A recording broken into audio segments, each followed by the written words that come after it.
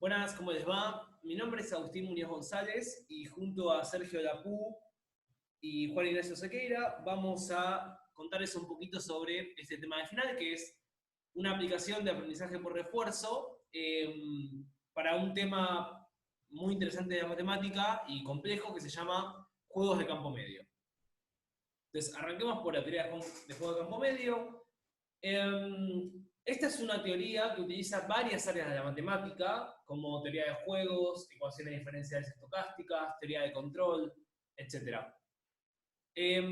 Básicamente lo que esta teoría intenta estudiar es una estrategia en un contexto de una gran cantidad de agentes compitiendo entre ellos, donde lo que va a buscar cada uno de estos agentes, o partículas también, uno suele pensar en partículas indistinguibles, es maximizar su propio beneficio.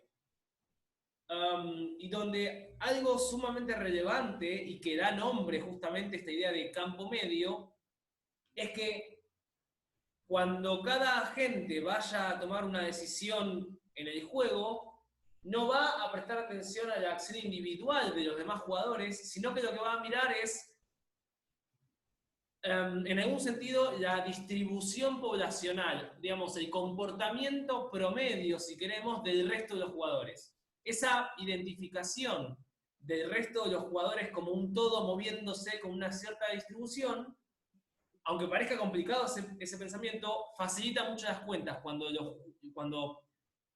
lo que estemos queriendo estudiar tiene una gran cantidad de participantes. Entonces, un ejemplo en el que uno puede pensar es en el mercado de valores. Acá un agente compra y vende una cierta cantidad de acciones en función de lo que hagan los demás agentes, siempre buscando maximizar su propio retorno. Su propio retorno. Otro ejemplo es el del tránsito, ¿no? Uno está manejando su auto, quiere llegar de un punto A a un punto B de forma óptima, donde óptimo puede ser, por ejemplo, minimizar el combustible gastado. Y allí uno va a tomar decisiones no solo en cuanto a su estado o posición, sino además en relación a la distribución o el estado del resto de los automóviles a nuestro alrededor.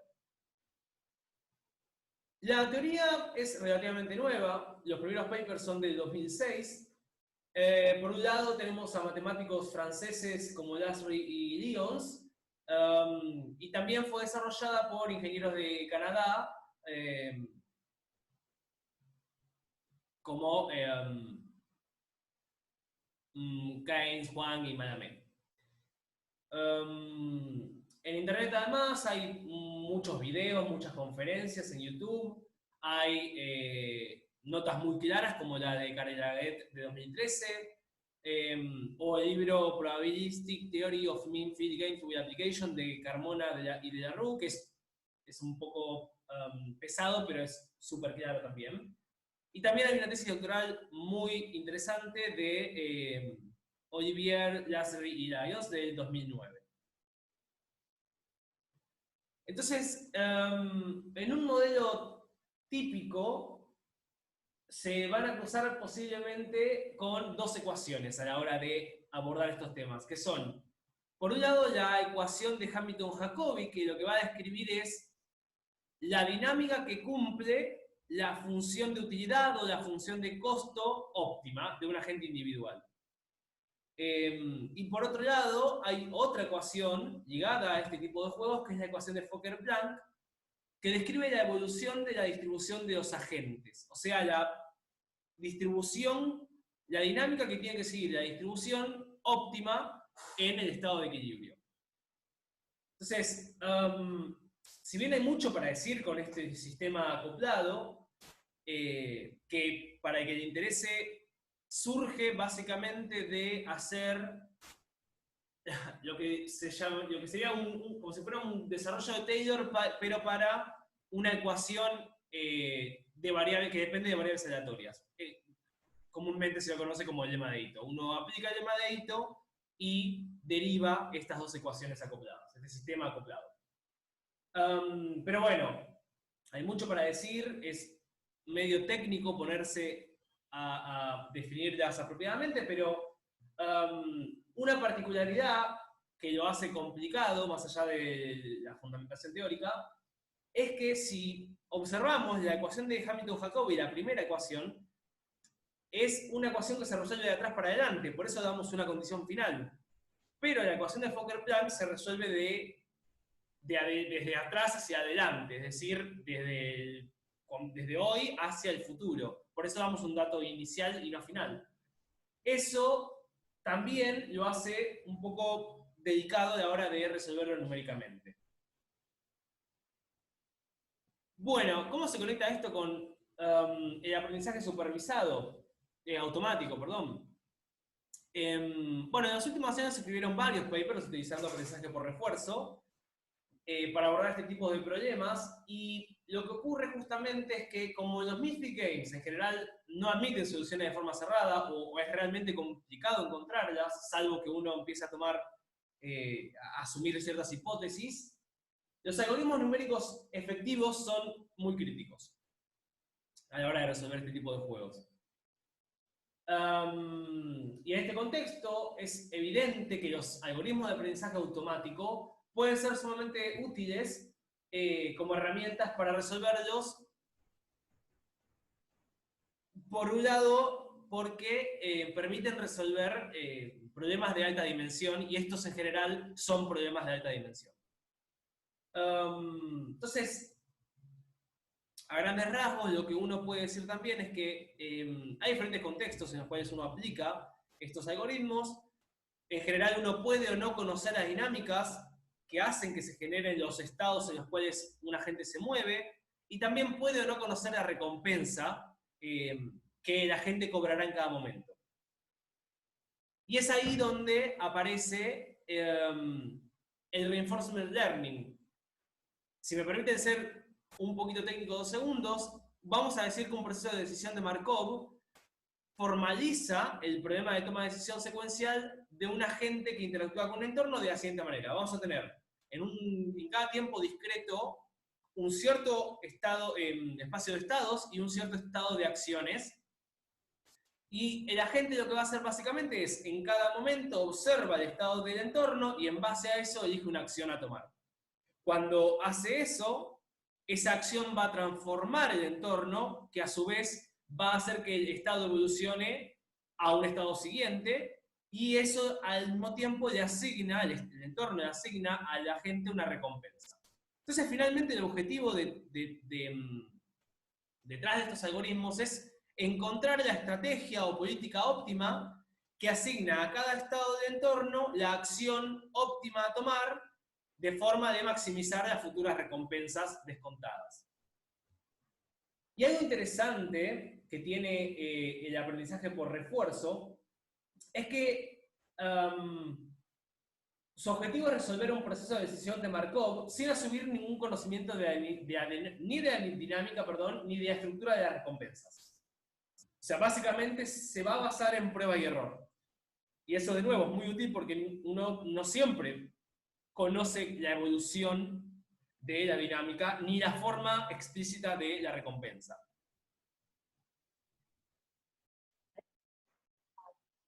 Muy bien, y para terminar mi parte, déjenme mencionar alguna palabrita sobre Q-Learning. El método de Q-Learning básicamente se introdujo para resolver estos procesos de decisión de Markov que mencionábamos antes, en casos, digamos, en el contexto de tiempo discreto y donde también el espacio de estados y el espacio de acciones es finito. Básicamente, lo que uno va a intentar hacer es construir una cierta matriz donde las filas van a representar los estados y las columnas van a representar las posibles acciones a tomar en cada estado. Y básicamente vamos a ir asignándole valores a cada fila y columna, a cada número de esa matriz, un valor que simbolice cuál es la mejor acción que nos va a llevar a maximizar nuestra recompensa. En otras palabras, el valor de Q en cierto estado y cierta acción guarda la recompensa de accionar de esa manera cuando se esté en ese estado. más todas las recompensas máximas que se podrían recibir en un futuro jugando de la manera óptima. Esto además se utiliza mucho para enseñar, por ejemplo, a inteligencias artificiales a jugar juegos, como AlphaGo, por ejemplo. De hecho, es famoso un video jugando con los mejores jugadores de AlphaGo y perdiendo contra la máquina. Entonces, básicamente, de nuevo, la estructura del problema consiste en tener un conjunto de estados finito S, un conjunto de acciones finitas A y unas recompensas inmediatas RT. Entonces, lo que vamos a intentar hacer en cada momento es maximizar la recompensa total a partir de un tiempo T. Entonces, está claro que esta suma puede irse a infinito y que para evitar o para darle más ponderancia a las recompensas inmediatas, lo que vamos a hacer es maximizar una cierta recompensa que va a depender de un valor gamma que va a descontar las recompensas que son más futuras. Entonces, a valores más pequeños de gamma, más importante es la recompensa inmediata respecto de la futura. Muy bien. Entonces, finalmente lo que vamos a querer es hallar una política o estrategia pi que para cada S maximice una cierta función valor, que no es más que la esperanza que tengo yo, el valor esperado de obtener mi recompensa, dado que estoy en el estado S. Y básicamente, como queremos centrarnos en las acciones a tomar, va a ser conveniente considerar una función que dependa no solo de mi estado, sino también de mi acción. Es decir, va a ser la recompensa esperada en ese estado y habiendo tomado esa acción. Y esto es lo que se conoce justamente como la función de valor-acción. Y hay un resultado importante de la matemática que nos relaciona precisamente la función de valor entendida como un problema que solo analiza estados y la función óptima de valor-acción que me asocia tanto el estado como la acción. Es decir, uno parte de un problema determinístico, es decir, toma una acción A desde un estado S, que siempre lleva al mismo siguiente estado, sin aleatoriedad, digamos, y uno puede escribir eso de esta manera, como, bueno, mi tabla de valor-acción óptima va a ser mi recompensa hoy más el descuento de mi valor esperado futuro. Que como dijimos antes, esto es exactamente lo mismo que cambiar mi valor sin la acción como, bueno, aquel que es óptimo, no solo como pensando en los estados, sino también como las acciones. Bueno, eso como para que se lleven una primera idea de lo que es Q-Learning. Después, cuando nos metamos con los algoritmos, va a quedar más claro esto. Bueno, ahora abordaremos dos problemas de interacción con muchos agentes que buscan minimizar un costo. Además, como estamos en el contexto que comentó o mencionó Agustín, donde cada uno de ellos es indistinguible y las interacciones, en vez de ser de a pares, ya que esto dificultaría bastante el modelado, se da entre los agentes y la distribución de la masa. Separemos los problemas en función de los objetivos de los agentes. Por un lado, tenemos el problema de campo medio. El objetivo en este tipo de problema es encontrar un equilibrio de Nash en un juego con muchos jugadores y el juego que sea no cooperativo. Es decir, en un equilibrio de Nash, cada jugador individual no gana nada modificando su estrategia, mientras que los otros mantienen la suya. Más formalmente, en un juego de campo medio se busca hallar un control, alfa en este caso, gorrito, y un flujo de distribución, mu, que cumplan las siguientes dos condiciones. Fijo el mu, el alfa debe minimizar la función óptima de mejor respuesta del agente. La misma es notar que es la esperanza de los costos agregados y descontados. Además, la función de costos depende del estado del agente, del control en ese estado y de la distribución de la población en ese momento. La otra condición que se debe cumplir para que estemos en un equilibrio es que mu no puede ser cualquier cosa, sino que tiene que ser la ley de los estados. Se puede pensar como en cada tiempo la distribución. Por otro lado, tenemos el problema de control de campo medio, que de manera intuitiva uno lo puede pensar que es analizar el óptimo social en un juego cooperativo, ahora sí, es decir, no hay competencia, sino que los agentes colaboran entre sí para algún fin. Y entonces, bueno, esto también lo analizamos dentro de una gran población. En este caso, todos los agentes siguen la misma estrategia proporcionada por ejemplo, un planificador central. Eh, digamos, en este problema de control de campo medio, el objetivo es simplemente encontrar un alfa estrella tal que minimice la función óptima de mejor respuesta, como en el problema pasado, solo que acá la distribución debe ser en todo momento la ley del estado. Y esto se puede ver en la tercera coordenada del input de la función f. Si consideramos, en general, ¿no? Si consideramos eh, un equilibrio en el problema de juegos de campo medio y un control óptimo en el problema de control de campo medio y los evaluamos, supongamos que los evaluamos, en sus respectivas funciones óptimas de mejor respuesta, no tiene por qué valer lo mismo, aunque por similitud del problema uno pensaría que sí.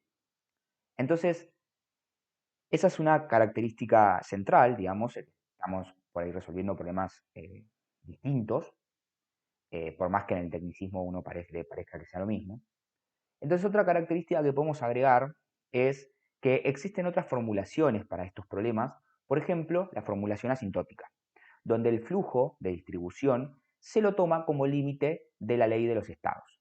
Intuitivamente, esto se usa para modelar, por ejemplo, en el caso de que estemos en un problema de campo medio, se puede modelar cuando un agente intenta unirse de manera óptima a la multitud de jugadores que ya se encuentran en un equilibrio asintótico.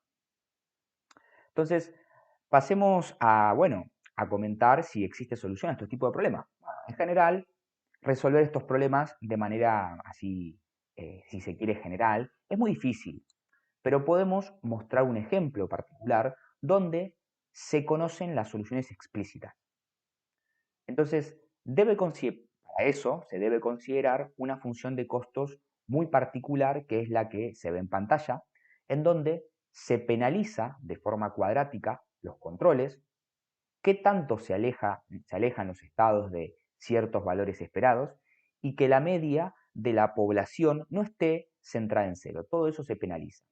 Además, estamos considerando que el estado sigue un proceso estocástico donde el drift, o mejor, o se puede pensar como la tendencia de los estados, es el control. Y, bueno, la parte estocástica, eh, digamos, se modela con una volatilidad constante.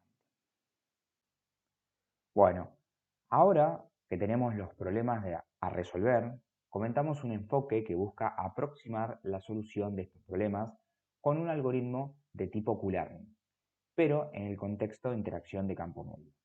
Como comentó Agustín, Q-Learning es uno de los métodos de aprendizaje por refuerzo que se utiliza en un proceso de decisión de Markov. La Q-función es el eslabón principal de la teoría. Recordemos que esta función cuantifica el costo óptimo de un agente que comienza en X y usa la acción A para el primer paso, para luego actualizar de forma óptima.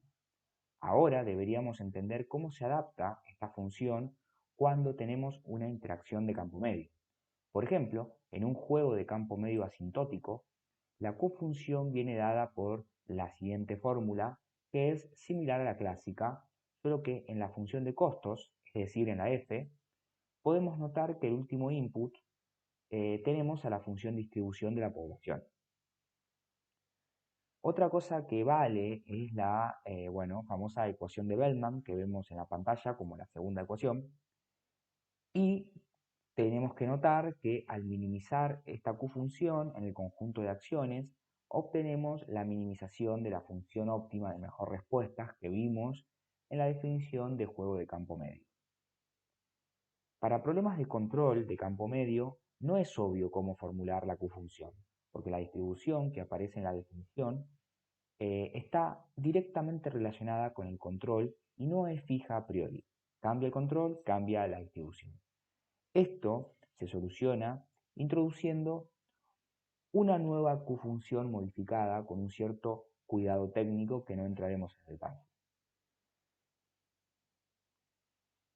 Entonces, antes de plantear algún algoritmo, vamos a comprender cómo unificar los dos problemas en uno más general.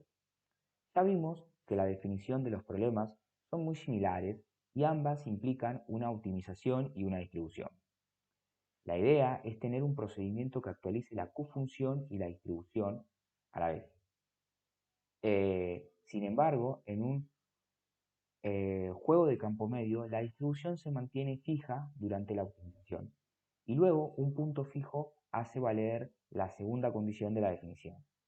Mientras que en el problema de control de campo medio, la distribución está directamente vinculada al control, lo que implica que debe cambiar instantáneamente cuando la función de control es modificada. Por lo tanto, las actualizaciones deben hacerse de manera diferente para cada problema. Intuitivamente, en un juego de campo medio, la Q-función debe actualizarse en un bucle interno y la distribución en un bucle externo, mientras que debería ser lo contrario para un control de campo medio. De manera más general, podemos actualizar ambas funciones a la vez, pero a diferentes ritmos.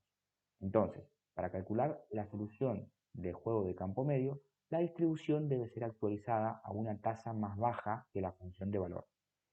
Y para un control de campo medio debería ser lo contrario. En otras palabras, las definiciones de los dos problemas deben estar en lados opuestos de un espectro.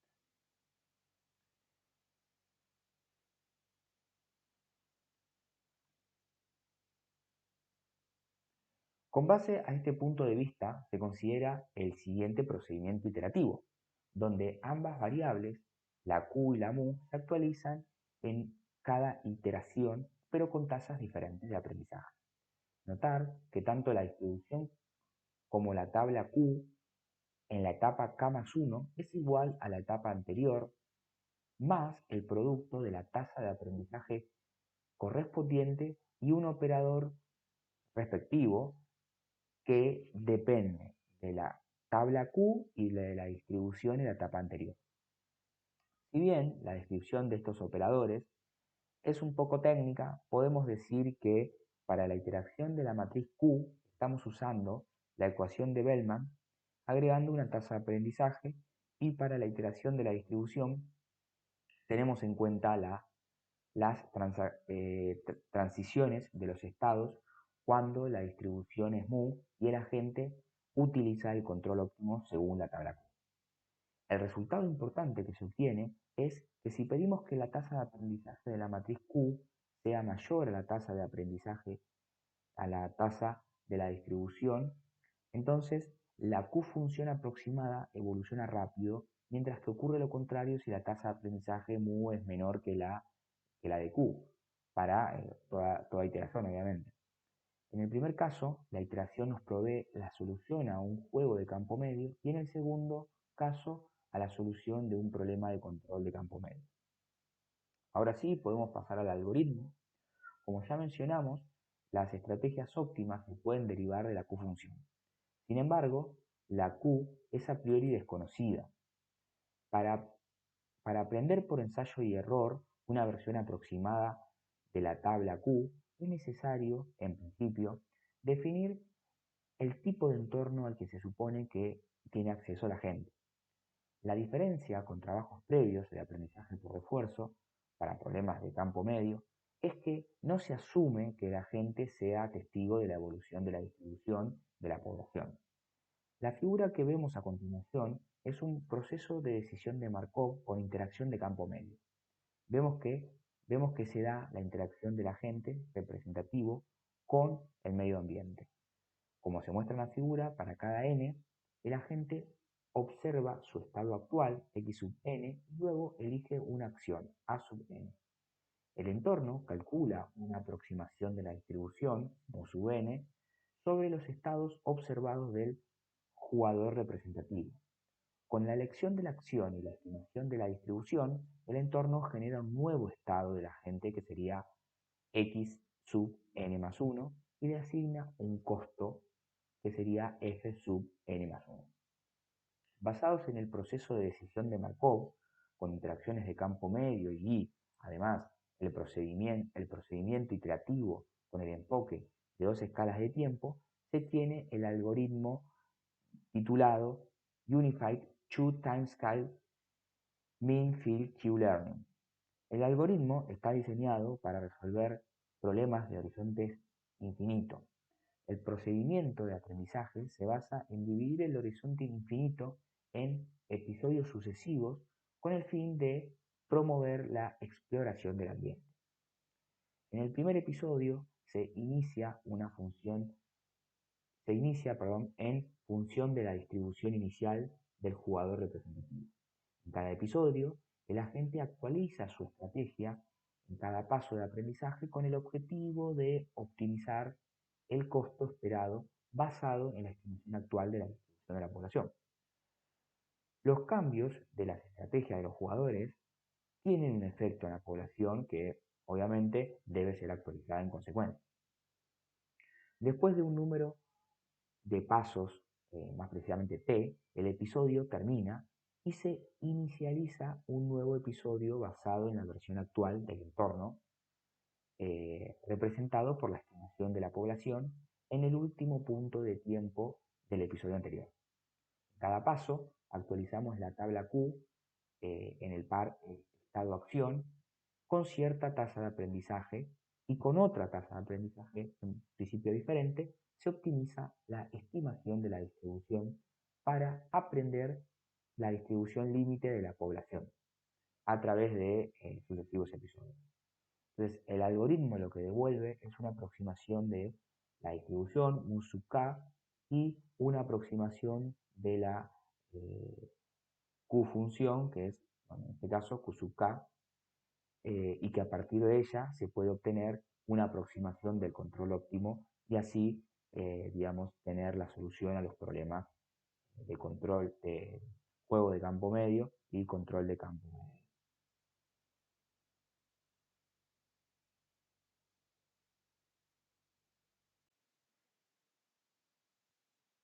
Unified Two-Timescale Mean-Field Q-Learning. El algoritmo está diseñado para resolver problemas de horizonte infinito y el procedimiento de aprendizaje se basa en dividir el horizonte infinito en episodios sucesivos con el fin de promover la exploración del ambiente. En el primer episodio se inicializa la función de distribución inicial del jugador representativo y bueno, después en cada episodio el agente actualiza su estrategia en cada paso de aprendizaje con el objetivo de optimizar el costo esperado basado en la estimación actual de la distribución de la población. Los cambios en las estrategias del jugador tienen un efecto en la población que se actualiza en consecuencia. Después de un número de pasos T, el episodio termina y se inicializa de nuevo en un episodio basado en la versión actual del entorno, representado por la estimación de la población en el último punto de tiempo del episodio anterior. En cada paso actualizamos la tabla Q en el par estado-acción observado con cierta tasa de aprendizaje y con otra tasa de aprendizaje diferente se actualiza la estimación de la distribución, que aprende la distribución límite de la población a través de sucesivos episodios. El algoritmo devuelve una aproximación de la distribución mu sub k y una aproximación de la función q sub k, y a partir de la cual se puede obtener una aproximación de los controles óptimos para resolver los problemas tanto de juego de campo medio como de control de campo medio.